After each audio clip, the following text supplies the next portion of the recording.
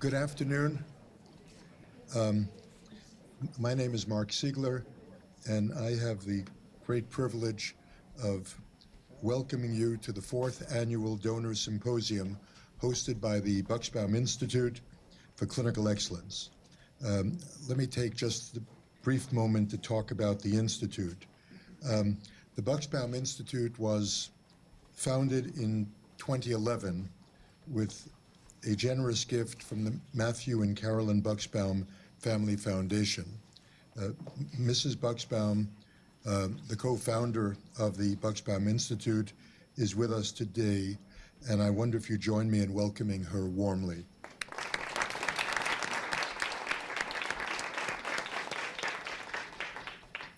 The mission of the Bucksbaum Institute is captured on this slide.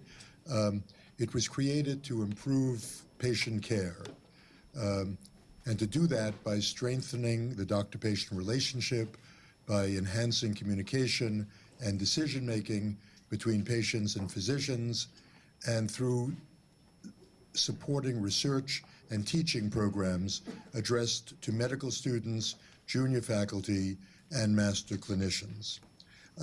Since the Institute's founding in 2011, we have continually sought ways to better fulfill the mission. Currently, the Institute has appointed more than 150 faculty, medical students, and undergraduate student scholars. The Institute is operating 25 programs, and we've begun developing new collaborations both at the University of Chicago and also nationally. I'd like to recognize the Institute's advisory board, all of whom have been with us today.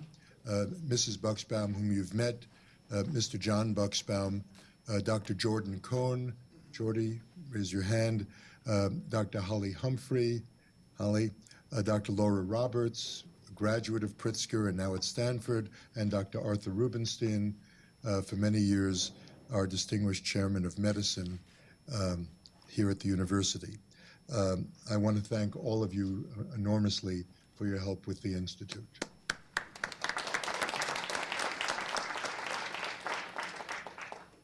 At last year's symposium, we announced that the Bucksbaum Institute would participate as an academic partner in the first national conference on advancing compassionate, patient and family-centered care through interprofessional education.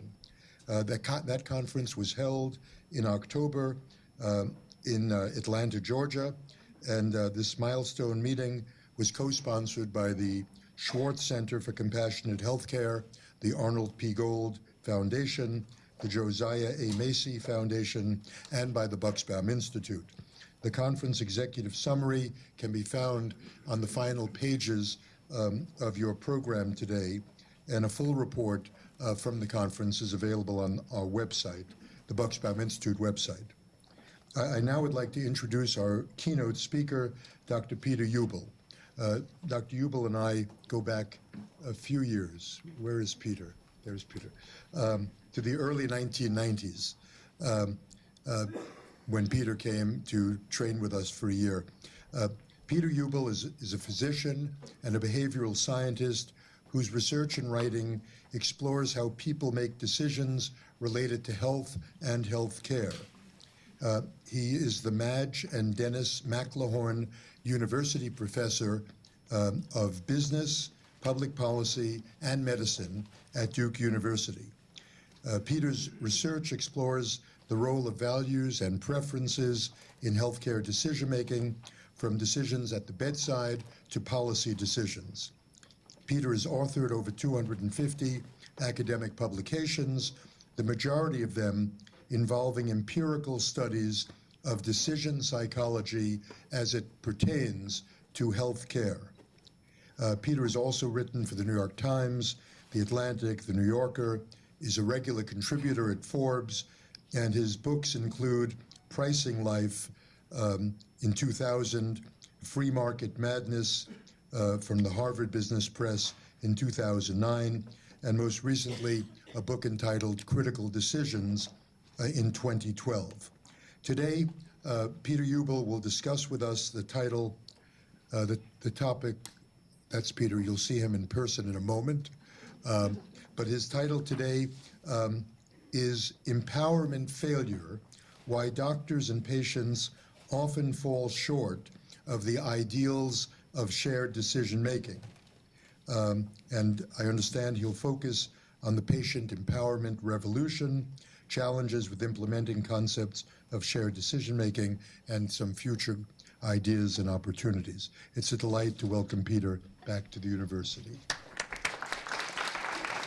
Well, actually, I'm going to start with a story. A patient who came and saw me, thank you. I'll tell you about a patient who came and saw me at the Philadelphia VA quite a while ago, who was having a hard time sleeping at night. He was a hard time sleeping at night because he had a decision to make. He had localized prostate cancer, so the cancer was limited just to the gland of the prostate. It wasn't looking life-threatening. It wasn't looking super dangerous, but it was looking like a cancer, and that freaked him out. He'd met with the urologist who helped him understand his treatment choices. They'd included watchful waiting. That's become active. It's been rebranded as active surveillance these days. But watchful waiting, which meant we're just going to not do anything other than monitor this tumor, and if it progresses, we'll do something then. Or we can remove the tumor with surgery, or we can kill it with radiation. Probably none of these three choices differ in your life expectancy, although that's somewhat controversial. And the real difference is, with the first, you're living with the tumor inside your body. You might be anxious, wondering what's happening to it. You're coming in every 6 months wondering whether you're going to get some really bad news. Or you can get rid of the thing, but you have a pretty decent chance of experiencing either erectile dysfunction or bladder incontinence, or both. He wanted my advice. What should I have told him to do? What should I have told him to do? Somebody. Ask him what he thinks. I can't sleep. I'm so distraught trying to make the decision. What do you know about the possibility? So one thing is he'd been well educated. He actually understood the trade-offs involved quite well, which is a really important starting point. We'll end with that starting point, actually, about the importance of just assessing patient understanding as part of good doctor-patient communication. I'm a urologist, and this is my daily life, and these are hour-long discussions. Yeah. No simple, easy solution. But how do you go about knowing what is best for a given patient? I mean, over the course of the hour, lay it out, and I explain that there's no right or wrong answer for this situation. All roads end well. And my job is to download information to them, and they ultimately decide, and they lean on me, and they Yeah. back, so. And I'm really looking forward to your comments as we go on, because I'm going to talk a fair amount about prostate cancer decision-making as an example of the kind of decision that us trained in clinical ethics in the McLean Center, we all understood this thing called autonomy. This is not the doctor's decision to make anymore. This is the patient's decision. This is his body. This is him potentially not being able to make love to his wife. Who are we to tell him what to do? And so he might have asked me for advice, but I couldn't just tell him what to do. And having been trained here, I didn't. Instead, I came up with you'll see soon, a brilliant alternative. I said, there's no best treatment. And he said, yeah, but what should I do? And I said, okay, tell me, what are you going to watch on TV tonight? And he said, I'm watching a hockey game. He had a Philadelphia Flyers cap on his head. I said, bad idea. You should watch the figure skating on Channel 17. I don't even know if there was figure skating on that channel at that time, but Brian Boitano would have been the person on there. I think the Venn diagram between Flyers fans and Brian Boitano fans did not have much overlap at that time. And he looked at me like I was crazy, like I hate figure skating. I said, exactly my point. I can't tell you what to do for your prostate cancer because it depends on what you value. Just like I can't tell you what to watch on TV tonight because it depends on your values. Brilliant, right? So we're all on the same page. This is the goal of the talk. I got to have a goal, So he said, great, doc, then what would you do if you were me? Maybe not as brilliant as I thought. this is a real challenge that many of us face in clinical practice. We're trying to help patients get what's best for them, and what's best for them depends sometimes on what they value and what they care about, what their goals are. And so trying to help do that is not always easy, and that's what I'm going to talk about. Now, in some ways, this problem is addressed in the decision-making community through the use of decision aids. We know that men with, say, this particular diagnosis have multiple treatment alternatives if they understood the pros and cons and were helped understand that the right choice depends on their values. Maybe they'll be empowered to make their own decision. And so that's a real approach that people have taken to helping people is let's design decision aids that will, the information alone will empower patients. And that's something that I think is really promising, but that I have concerns about. I'm kind of curious if any of you have concerns. What do you think might or might not work well in empowering patients by using decision aids? So in this case, think of it as like an educational brochure on steroids that gives people good information they can understand about their alternatives, the pros and cons, and shows them why their values matter. There still is no right answer, and people really want the right answer. Yeah, so you're going against human nature in part, is that people come in wanting to know that there's a right thing to do. They often come to physicians worried, overwhelmed by the information, even if it's been well presented in a decision aid. And they're not wanting to come in and take control of the situation. When I had low back pain, actually 6 months before I came here, or 3 months before I came here, and I was trying to figure out what I should do rather than look up the literature on how to treat herniated disc. I asked my residency advisor what I should do, and he said, Peter, a few months from now, you're going to be up in Chicago, and you're going to leave the Mayo Clinic where we have the best surgeons in the world. I guess you guys didn't compare in his mind. He says, do you really want to go up to Chicago one fart away from emergency surgery? And so I had surgery. The point of that story being, look at that. Even physicians come in, and when we get medical problems, sometimes we just want someone to tell us what to do. So I think that's a big issue. I had another set of concerns about decision aids, and that is I discovered decision psychology and behavioral economics shortly after my training here. And I realized that how you present people information can strongly influence the choices they make. And so I went on a kind of a part of my life's mission was to figure out how to improve decision aids so they didn't just inform patients, but they actually made sure to do it without biasing them. And I want to first talk about some of that work, because I think it raises fundamental questions about informed consent and autonomy. If you look at the subtle things that can influence how people make choices, it humbles us a little bit. After I do that, I want to show them what happens when you take a well-designed decision aid and put it to work in the real world. And then I'm going to show you why ultimately I realized, perhaps naively, I was working in one domain without realizing that it's actually communication that's the real key to promoting autonomy and to helping patients get the medical care that's in their best interests. So that's the flow, the narrative arc is going to be that. So I'm going to start off with a very hypothetical, very fakey decision.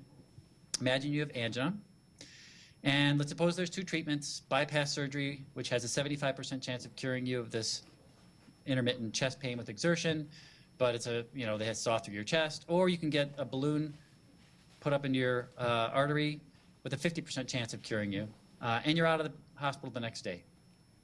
I know this is not very rich and thick and realistic, but let's pretend that's a choice you were to face. How would you go about making that choice? Well, it would depend on what you thought about the ardors of treatment versus the chance of success. Well, how many times have you tried to present this kind of trade-off information to patients, and what they say instead is, surgery? Oh my God, my Aunt Millie had surgery and it went terribly for her. There's no way I'm going to have surgery. And you're like, you can't win against Aunt Millie, right? So anecdotes are very powerful. So in fact, to kind of test this out, I ran, and importantly, when people make decision aids, they often put testimonials into them because they want to engage people. You just show a bunch of people facts and statistics, you've lost them. Look at what good journalists do. They start with a story. You then care enough about the topic, you want to hear the statistics behind it, but they pull you in with the story. Decision aids often do the same thing. So they'll not only just show you something about angina treatment, they'll have a patient looking you in the camera and saying, I had bypass surgery and it was really rough for the first couple weeks, and then da-da-da-da-da, and you're like, I get it. I see the experience. So I ran a study with some colleagues where we gave people this very basic trade-off, and then we also gave them some testimonials from patients. And this was written, not video. But they might be a patient saying, I've been having chest pains for a year. I couldn't even take a walk. Now I got bypass. I'm walking to church again every Sunday. Praise the Lord. Yeah, great writing, I know. Or I'd always been active until the angina stuff started. I hope the bypass would cure me and get me out of the tennis courts again, but it didn't. Looks like game, set, and match for the angina. The writing is getting better. We got professional writers in the front row. I should be careful. So, ran a study where I randomized which testimonial, and we had a set of testimonials, and we put names and ages on them, and we randomized which testimonial, what turned out well or didn't turn out well. Sometimes the tennis player got better, sometimes et cetera. And we gave people the information about the rates of cure of these two treatments, and then we tried to give balanced testimonials. So we gave one person who got better with each treatment, and one person who didn't get better with each treatment.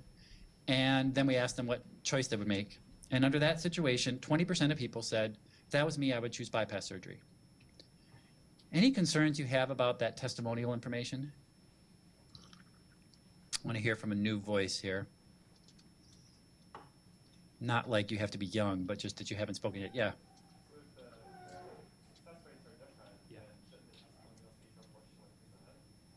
Yeah, absolutely right. What he pointed out is that the success rates were 75 and 50% respectively, but the success rates of the testimonial are 50%, and so they don't match. And that's why I designed it that way, because there's no decision aid that was trying to match the testimonials to the probability of success or probability of any given outcome. They just tried to illustrate different outcomes with testimonials. So I ran a different version of this study with another group of people. This is who got it the same day, but they randomly got a different version, where we had 3 good outcomes and 1 not good outcome for the intervention with the 75% success rate. And now 40% of people choose bypass. So first up point here, let's think about this.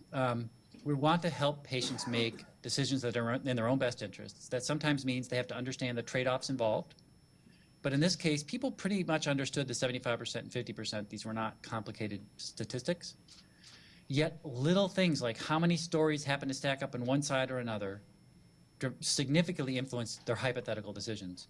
So that's how fragile we are often as decision-making beings. And it's kind of was scary for me as to how we were going to design a decision aid that wouldn't bias people without trying to. And so that's part of how I thought maybe good behavioral science can fix this up. And I'll give you two quick examples of that. One really quick and one slightly less quick. This quick one was a follow-up study we did to this testimonial study or anecdote study. In that first version, when we told people the statistics, outcomes of those, we used just a sentence.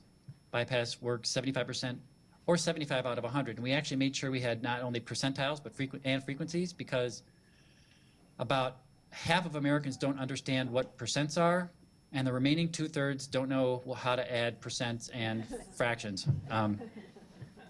So what we find then, that we saw then, that maybe a vivid testimonial, even just a little quick anecdote, it pulls people away from these kind of bland statistics. So in the follow-up study, half the people got slightly more vivid statistics. They got that exact same language I just showed you in the previous picture, but they also got a pictograph to go with it. And this is what the 75% success rate would look like. I just gave a picture to stick in their minds. And what we found was when we added this picture to the group where the testimonials already reinforced the statistics, there was no difference in what they chose. But for the group where the statistics and the testimonials didn't line up, the picture of the statistics seemed to overtake that anecdote problem. It suggests that if you're going to put a decision aid out with testimonials, you need to really make sure that the statistics that are relevant to the decision are given in a way, and I think pictographs are probably the best, and my wonderful collaborators have done great research showing pictographs actually probably work better. They definitely work better than bar charts, pie graphs, all that kind of stuff. And fortunately, many decision aid developers now use pictographs in their work, in part based on some of the research we've done. So that's what I meant by taking behavioral science and using it to improve decision aids so they're less likely to bias people. Let me give you another example of that. With Angie Fagerlin, a wonderful colleague at University of Michigan, we began designing a decision aid to help women decide whether to take tamoxifen to prevent a first breast cancer. So tamoxifen is used often to prevent recurrence of a breast cancer. But if you, because of age and family history and other things we know about you, face a high enough risk of developing breast cancer for the first time, research trials, randomized trials have shown you can cut that risk in half if you take tamoxifen for a 5-year period.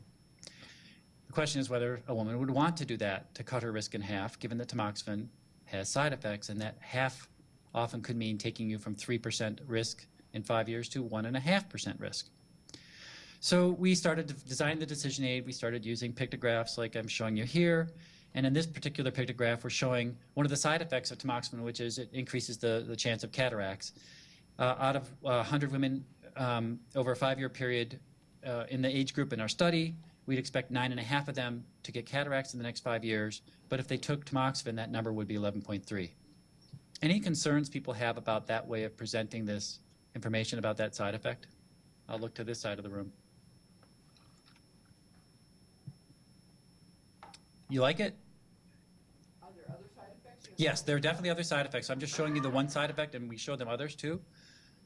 But just even looking at this one side effect, any concerns about this way of presenting risk? Well, I had a concern. My concern was it's hard at a glance to know whether the risk of cataracts from tamoxifen is 11 out of 100 or really 1.8 out of 100. Because most of the cataracts are going to happen regardless of whether someone's on tamoxifen. So in our study, and half the people, we did the math for them in showing them what the added risk is, incremental risk is brought by tamoxifen. And we presented information on 4 different side effects, Anna, just so you, and these are the baseline risks and the added risk if you take tamoxifen. And for some people, we did the math for them. So instead of the 11.3 number, they'd see 1.8 additional. And for those people, we actually would have the pictograph look different. And so we'd have one page would show the baseline risk, and then they'd click, and the next page of the decision aid would show a different color with the added risk. So that's the difference between showing side by side the two groups versus there's your added risk. Now there's another change you might have noticed here. What's the difference between this and this? Yeah, 100 versus 1,000. It turns out that decision psychologists have discovered that people are, while 13 is an unlucky number, and so they don't like risks 13 out of 100, they really don't like risks that are 130 out of 1,000 because 130 is bigger than 13.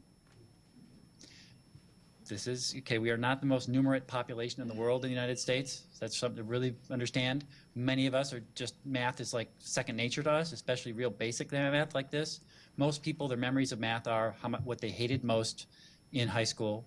They don't, mere mention of numbers makes some people nervous, makes them shut down the brain. So, any case, we wanted to look to see whether there was this denominator effect where out of 100 was seen as less risky than out of 1,000.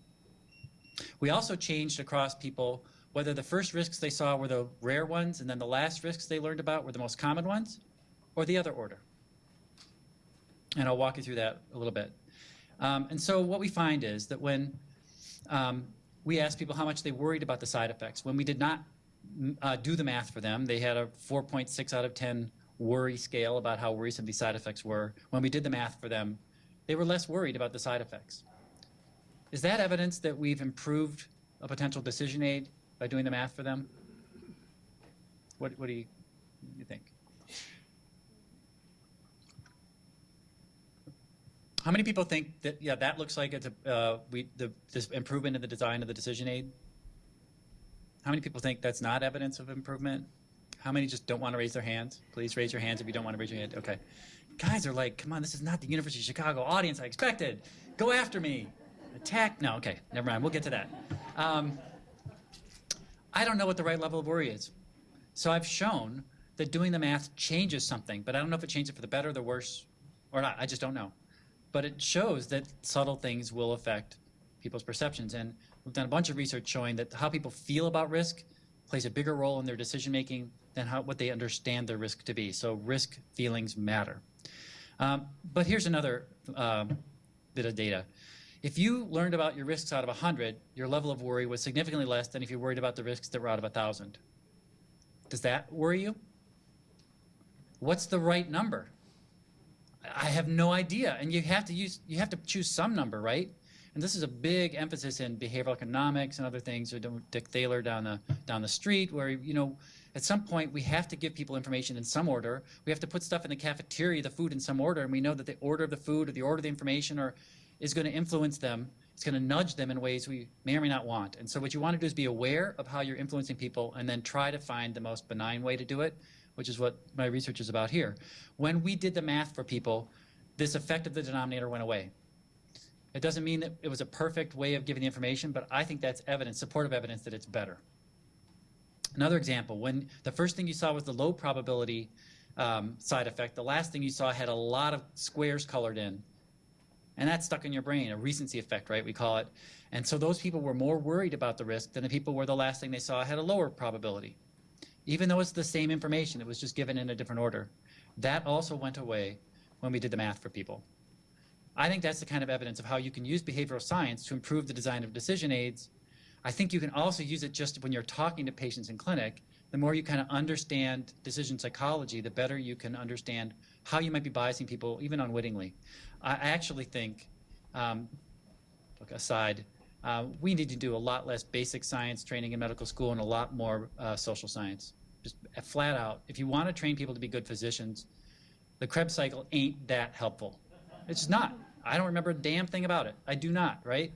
And yet we're not trained in what really matters, which is how to help patients make good decisions. And how to understand that, you need to understand the science of decision making. There's a rich, very great science that's behind it that would challenge the intellect of any medical student.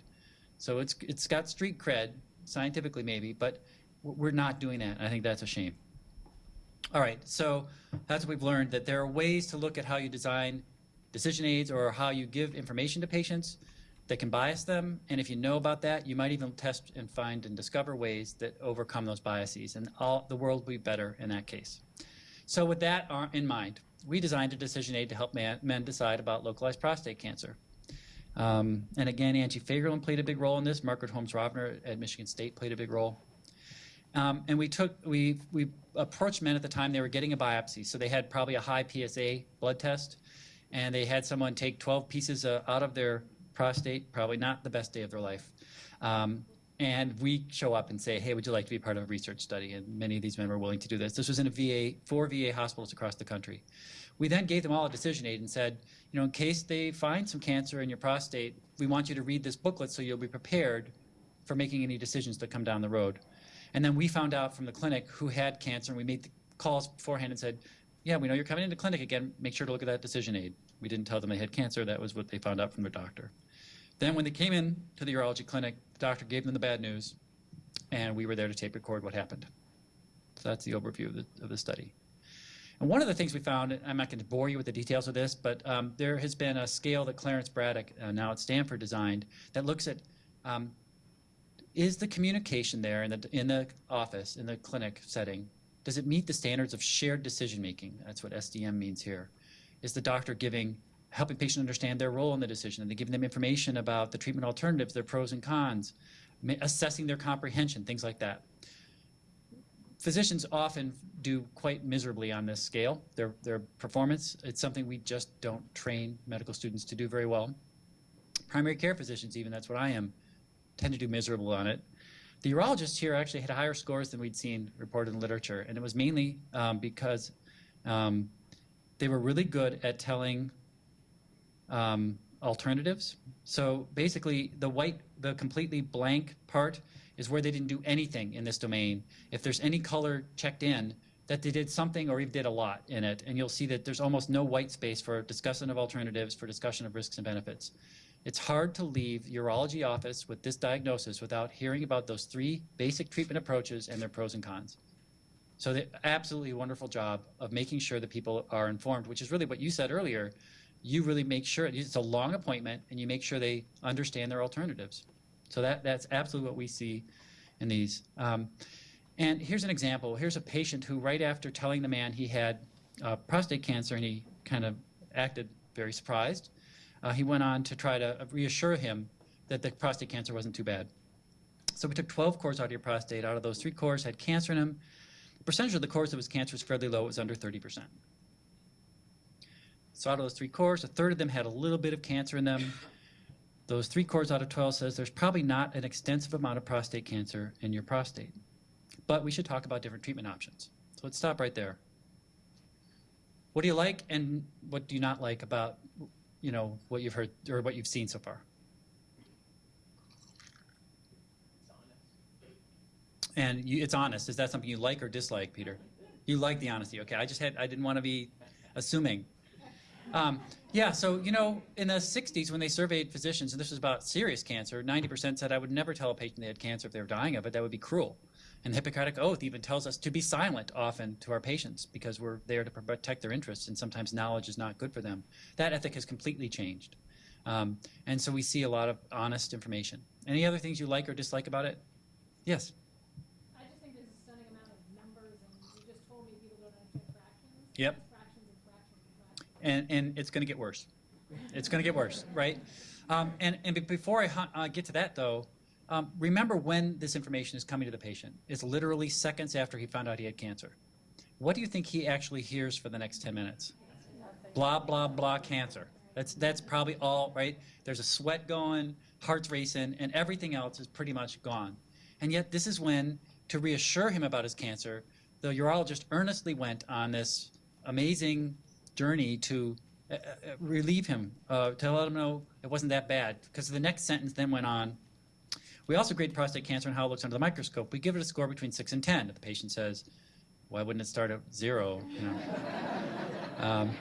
6 is what we consider the most low grade, least aggressive looking, just abnormal enough for us to call it cancer. For any less than that, for less atypical looking cells, like, do you think they know what atypical means? We couldn't call it cancer. It's just enough to get a grade of cancer. And then that goes all the way up to a score of 10, which is very abnormal looking and is more aggressive. And then he goes on to say, now in your case, your cancer was a 3+3 and 3+4, a little bit more of the 3+4 than the 4+3 under the microscope, but just enough of the 3+4 that you're Gleason 7 score. So that's, instead of a low risk cancer, it's an intermediate risk Gleason 7. But again, just enough of the 3+4 for it to be a Gleason 7. I had to read this thing. You're laughing, and it makes total sense to you. What the urologist was trying to say was, dude, 6 is the lowest cancer there is, and you barely got to a 7. I mean, you're barely a 7, maybe more of a 6.9. So, dude, this is really good. But instead, this person's like, cancer, cancer, 3, 4, 4, 3, 60, 10, 4, right? You can't help people make good decisions if you don't know how to inform them in a comprehensible manner at a time when they're ready to handle that information.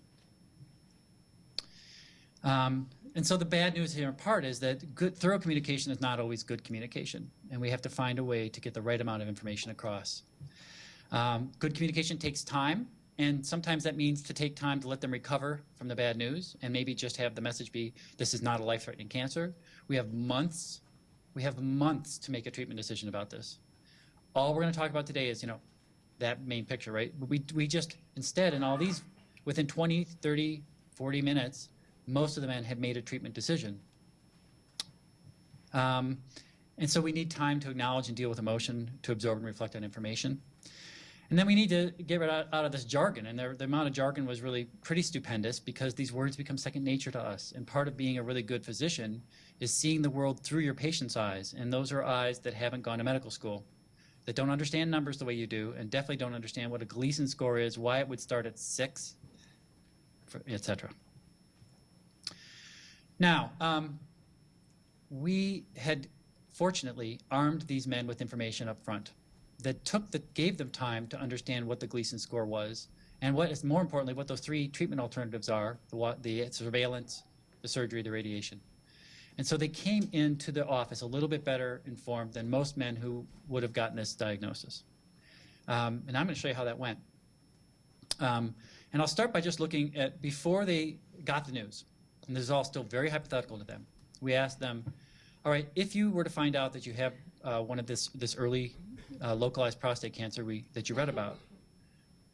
Would you have any leanings for treatment? And some said, yeah, I like that surveillance thing. I don't like any of those other ones. Some people were like, I want to do something about it. I don't want that surveillance thing. And some were like, yeah, I'd be open to surveillance. I'd be open to surgery. You know, so that's their baseline preferences when they've had time to absorb that information, think about what it means, right? And then you look at what treatment people got, and you really can't see a connection between what they said they wanted up front and what they got after the clinic appointment. Love to hear some of your thoughts, and I'll definitely get to your thoughts in a minute. I want to hear other people's thoughts, non-urologist thoughts. Why do you think there was so little connection between what patients said they were interested in before the urology appointment and what they ended up getting later? I'm guessing it had to do with some slight slant of the doctor's discussion. We have a slight slant, slight, slippery, slow slant. Sorry. And it might be a subtle thing that the doctor was somehow, the eyebrow went to the left when he mentioned surgery and it went down, you know. So there could be very subtle things going on. That's one idea. Other thoughts? Yeah. When you go from intentions to behavior, there's a lot of things that play a role. What other people think, your family, your friends. I think I love that idea of the difference between intentions and behaviors. I think that's a really important point. And I'll give you a really inappropriate example of it, just because I can. A couple of my better friends did a study once where they took undergrad men and they gave them a survey, essentially a date rape survey, but not like, tell me if you've done this, but ask them to imagine the situation and wonder whether they might do something that would qualify as date rape. So they'd say you're on a date, the woman, it's going really well, you think she's into you, you're into her. Would you try to kiss her? Yes. You know, if she kissed you back, would you try to kiss her more? Duh, yes. You know, and it would go along, and you say you maybe want to start touching part of her. And if she pulled away a little bit, would you maybe try to touch it again? And it got to the point where the man was forcing himself upon her. And vast majority of the undergrads, like said, no, I would not go beyond this point. You know, I'm not going to give up with the first sign of rejection, but I'm not going to go to that far. So that's slightly good news, right? The other half of the students in this study, before they filled out the survey, were asked to watch a pornographic film and arouse themselves, but not fully arouse themselves. I'm not going to go into the details. And so when they were at the height of their sexual arousal, they filled out the survey.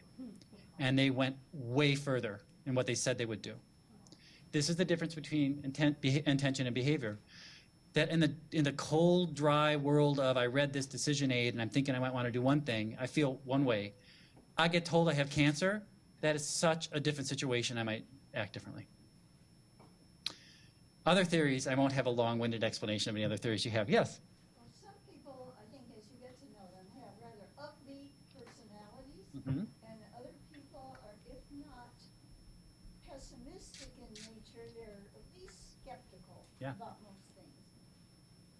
Yeah, so a very good point that, you know, different people, some people are more optimistic than others, some are more pessimistic, some are more do something and some are more hands off. So, and that I think explains why before they went and saw the doctor, some wanted one thing and some wanted another. I think it's a very important thing. And it's why there isn't one best treatment for patients, because it depends on the specific patient. But it doesn't explain why those patient differences went away. So I'm going to go a little ways to explain it. Part of it is medical facts change, right? So it's one thing to imagine you have a cancer. Then what if you find out that you not only have a Gleason 7, that's the worst you could have in this study. You not only had a Gleason 7, but it was a particularly frequent one. A lot of the biopsies showed it, and your gland is larger than average, et cetera. So you can imagine that you have a worse prostate cancer than someone else, and so that could influence what's maybe, you know, the pros and cons, how you'd weigh them. So it could be that there's this new medical information. It could be that reality changes the field of the decision, but it also could be really what our first commenter said. It's something about the way the physician presents the options. Well, I think it's not subtle. In fact, what we did is we had a team of undergrads who are now all going into medical school soon, and I think some of the best part of their training is they have read 300 interactions between doctors and patients with newly diagnosed cancer, and they have a sense of what the profession does well and what it doesn't do well. And what they found is that often physicians just took options off the table. Now you're Gleason 7, so what does that mean? It means that we shouldn't just sit tight on this because it can cause problems later in life. So what they're really saying is watchful waiting, active surveillance, not an option for you. You still have a choice between surgery and radiation. And so let's talk about that. Is that okay? Pardon me? The data are, of course, controversial. Data always are. All right. One study seems to suggest that this watchful waiting, and at 15 plus years, there was a difference in life expectancy that watchful waiting patients had a slightly reduced life expectancy than people who got aggressive treatment. But now we don't do watchful waiting, we do active surveillance that's a much more aggressive follow-up. There's also other randomized trials that don't show a difference in outcomes between watchful waiting or not. So there's a divided opinion in the community, although most urologists would probably say, if you're young and you have this Gleason 7, it's just a matter of time. Now, one of the patients in the study, a rare patient who was really active and pushed back, got this kind of watchful waiting for you talk and said, Doc, I'm 62, I retire in 3 years. I can't afford, I will lose my job if I take time out to have treatment. I can't afford that. Can I at least do that surveillance thing for a few years until I retire? And then the doc kind of reluctantly went along with that. But that's really relevant. And that's the kind of thing where you can't just take an option off the table without understanding someone's life circumstances. Most people like you, given your young age, would not recommend the radiation therapy. So the surgeons tend, when they've surveyed surgeons and asked them, if you had prostate cancer, what would you do? They say surgery. They survey radiation oncologists. If you had prostate cancer, they say, I would get radiation. And that's not because of financial interests. That's because you know your own treatment best and you believe in it. I mean, why else would you offer it to people? You've probably seen really bad outcomes from the people in the other specialty and like, oh my God, and yet most of your patients do great. Yeah, because the surgeons only see your worst patients and you see their worst patients. We're all biased by what we see, right? There were times where the surgeons picked favorites. Most people, me included, would say you're going to be fine. This prostate cancer is a very low likelihood of ever affecting you. We're going to watch you carefully, but we're not going to actually treat you per se for the cancer. That would be my opinion. So at least he said it was his opinion. But it really comes down a bit like a medical judgment, a medical fact. And especially you have someone who's scared, just learned he had cancer, didn't understand the next 15 minutes of the visit, 3 + 4, 4 + 3. And then you start saying, I think you're going to be fine. We need to treat you. My bias for somebody young and healthy, I think, would tolerate the surgery. I think that'd be around experience, but I recommend surgery. And so what we found was if your doctor recommended surveillance, less than 20% of people ended up getting an active treatment, either surgery or radiation. If the doctor made no recommendation, again, only about 20% got one of these active treatments. But if the doctor recommended it, now 80% of people get it. And so if I look at, I'm going to take these little bars, put them together. So this is now the checkered bars, apologize. You'll see how they go short, short, tall. But the prior preferences kind of go medium, medium, medium. So it's really the patient preferences didn't predict what treatment people got. The physician recommendation did. And now I've talked to physicians who say, well, that's because I give recommendations that match the preferences I have elicited from my patients. Well, we looked for that elicitation of preferences. Why is anyone laughing? I've had many, many physicians tell me that they can tell what a patient wants, so they fold the recommendation in to make them feel good. So we looked for things like that. So for example, if you still are able to have erections, you still have sex frequently, and you want to continue having sex frequently, all else equal, you're going to be less likely to have one of these active treatments that might interfere with that. So we wondered how often were they talking about these things. Well, it turns out 2/3 of the time they did at least assess men for whether they had erectile dysfunction or not. I expect even a lot of the remainder, they probably saw chart evidence of it. I think urologists find out how well that works. Assessing how important sexual function to them was, 12% of the time. And in one of the reviews we got of a manuscript writing this up, one of the reviewers, who by the way said, I think it's paternalistic to say that patient preferences ought to have a role in this decision, also said, well, every man wants to be able to have sex, so why would that matter to the decision? Well, because some men want to have sex more than others. It really varies, and some men would give it a higher weight to the decision than others. How often did they communicate that this preference for sexual function should play a role in the decision? Yeah, 13% of the time. So we're not doing what we need to do. We have just a few minutes left, is that right? Oh, great.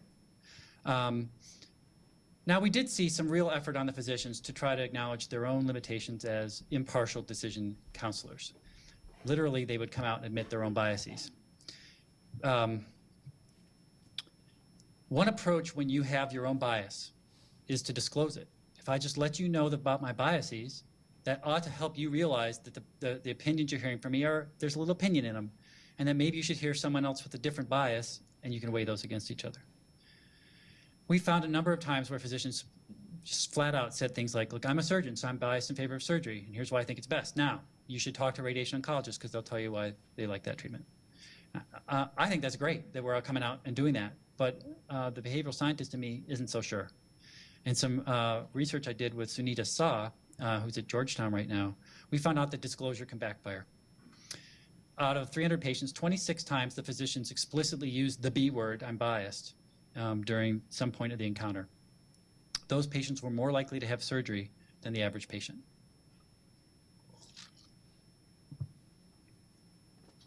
Even after we took account for what kind of tumor characteristics they had, how old they were, things like that. Even after we accounted for whether physician recommended surgery or active treatment or something else. We wondered what's going on here. So we did a lab experiment, and by lab experiment, it means an internet survey. And we took men, 45 and older, and we asked them to imagine they had prostate cancer. And then we had a video of an actor who was reenacting some of the actual dialogue from our study. And we developed a DVD to try to help patients get more activated when they were seeing their doctors, but we spliced parts of the video out for this internet survey. And it would show the doctor describing surgery. And again, a paraphrase from an actual encounter. And half the people we spliced in that one sentence, now I'm a surgeon, so I'm biased in favor of surgery. And then we asked people, which doctor, how do you think this doctor's biased?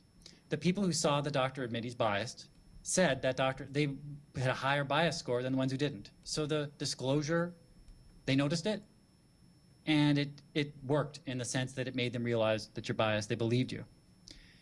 Those people also trusted the doctor more.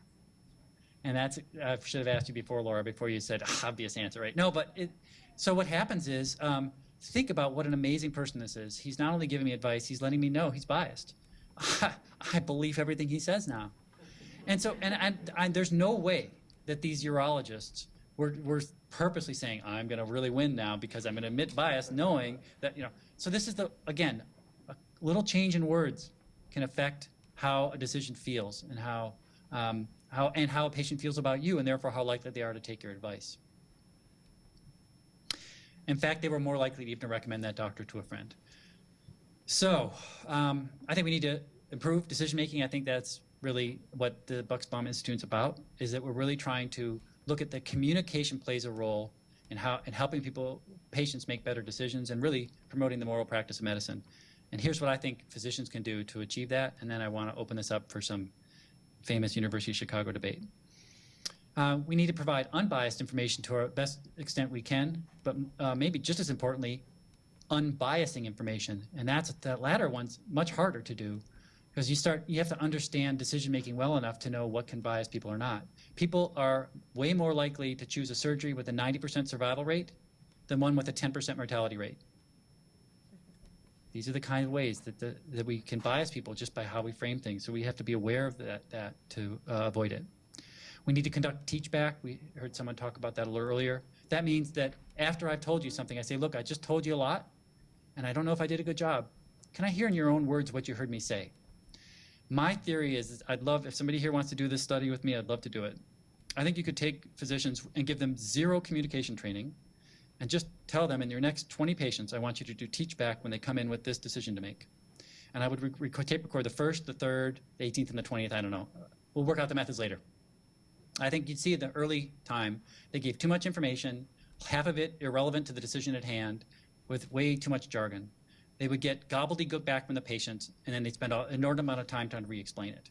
By the time they got to the 18th or 20th patient with teach-back, they'd have a script that was finely tuned, that focused only on what patients needed to know in simpler language, and the patient comprehension would be dramatically improved. I would guess the visits are shorter and better. So that's just my theory. And I don't think you need to do anything other than have them hear their own words back from their patient. So we need to do teach back. But in 300 encounters, we saw zero times. 0. I think we also need to teach physicians to recognize the difference between medical facts and value judgments. You're young.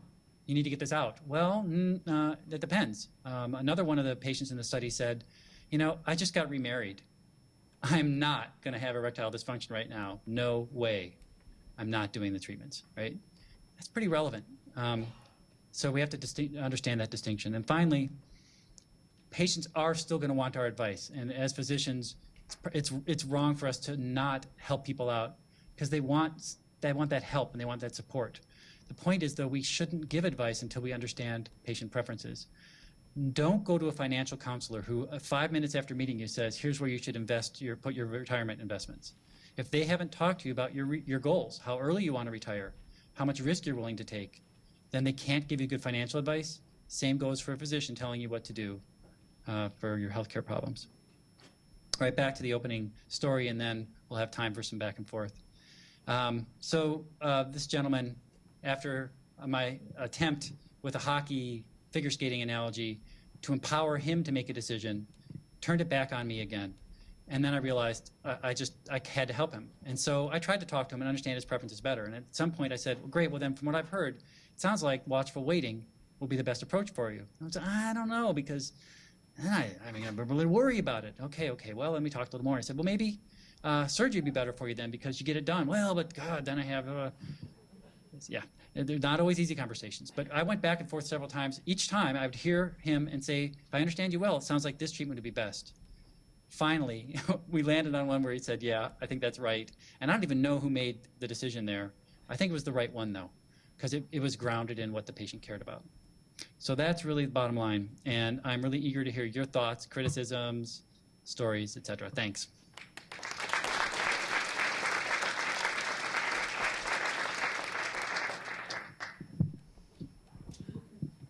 Yeah, the decision maker is often not just the patient. It's a whole team. And significant other playing in a very important role. One of the things we did in our DVD to activate patients in our second study so they'd be ready for this decision was we encouraged them to bring a significant other. We had video where we'd show a patient alone, getting confused and overwhelmed, and then they'd show the same patient now with a spouse next to them, taking notes, asking questions they're too embarrassed to ask, and we'd explain to them this is why it really helps to have multiple people. So it's really important not only to understand the information, but also there's often really interesting discussions about how important sex is. And what you often find in prostate cancer is the women are like, no, I want you to live. I'm not as worried about the sex part. So it's very important.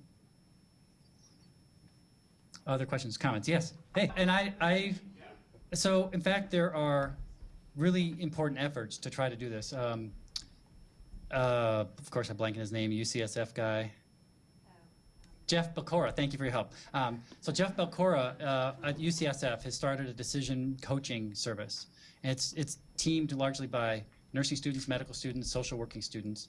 They volunteer, and then what they do is when a patient comes in and has, say, a breast cancer decision to make, they sit down with the patient ahead of time, help her understand what's going on, explain what the alternatives are as best they can, not pointing them in any direction, just trying to help them ask, what kind of questions do you want to ask when you go in and see the doctor, and then sit in the appointment with the doctor, observing, but then can help them kind of process it when they get out of the visit.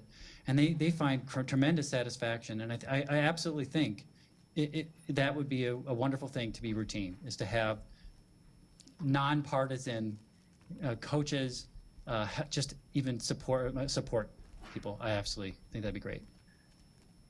You're with me? A nonpartisan doctor. Okay, so yeah, so this is where we may still disagree. I think the issue is, it took me a long time to understand that there's now a difference between 3+4 and 4+3 in the Gleason score. And I just think it's unreasonable to expect us doctors who aren't in that specialty to know the issues. Now, maybe we can get the specialist to tell us, to summarize the pros and cons of the alternatives for us. Good luck, but if you can, that's great. I think it's very useful sometimes to have, this gentleman came to me as his primary care doctor looking for advice, and I did try to help him. But I don't know that can work in all situations, so there's times where we don't have the ability to do that. And so I'm open to many other ways of doing that. Phil, Yeah.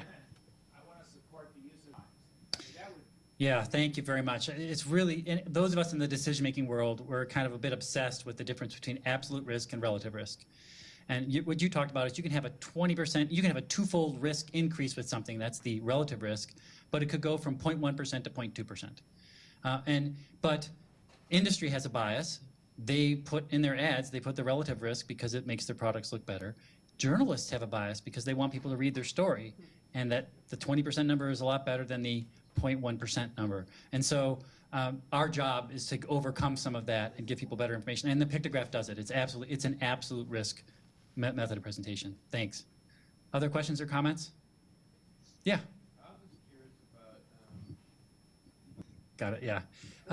Question is really, do different doctors, what about a doctor might predict the way that she would behave with patients and things like this? And I'll tell you about a study done by Ashley Hessen, I think. I apologize for not remembering her last name. She's a medical student at Michigan State who's also getting a PhD in linguistics. And she got hold of a database of hundreds of thousands of doctor-patient encounters.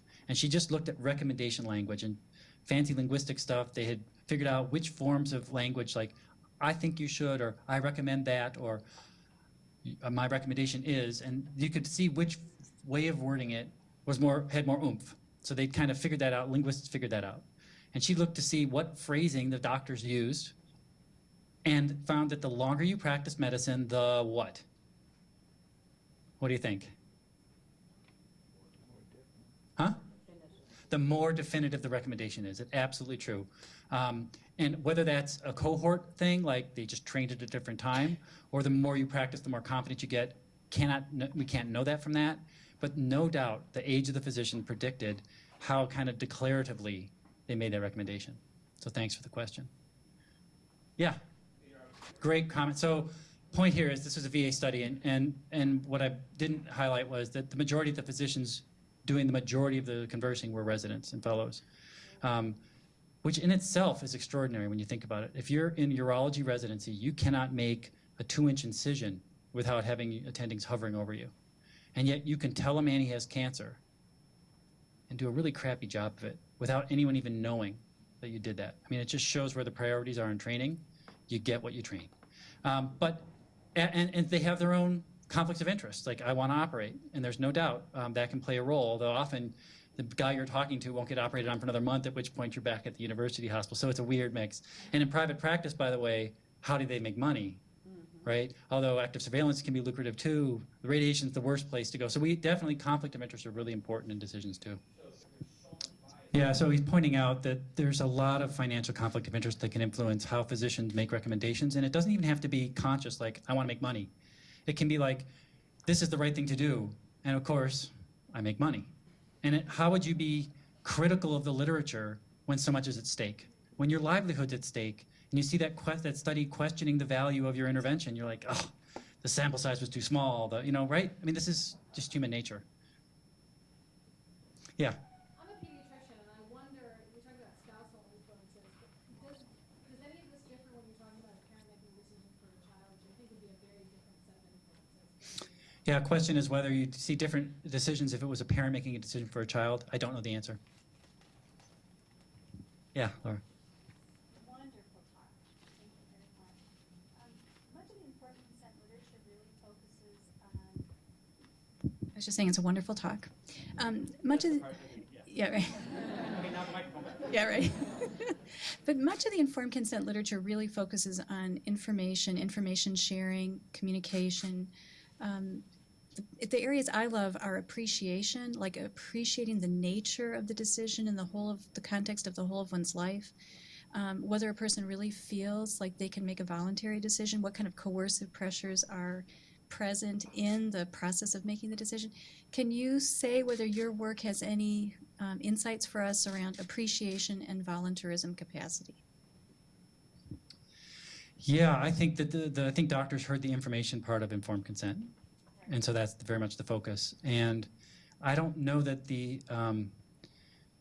there were big issues of freedom of consent and assent in this particular context, like you're going to see. Military guys giving a salute to the So instead, what you have is this cultural issue where they come in and it's like, yes, sir, to you, the doctor. They defer to the doctor's judgment so much more because that's what they're used to. And that's why the hockey analogy failed in some ways, right?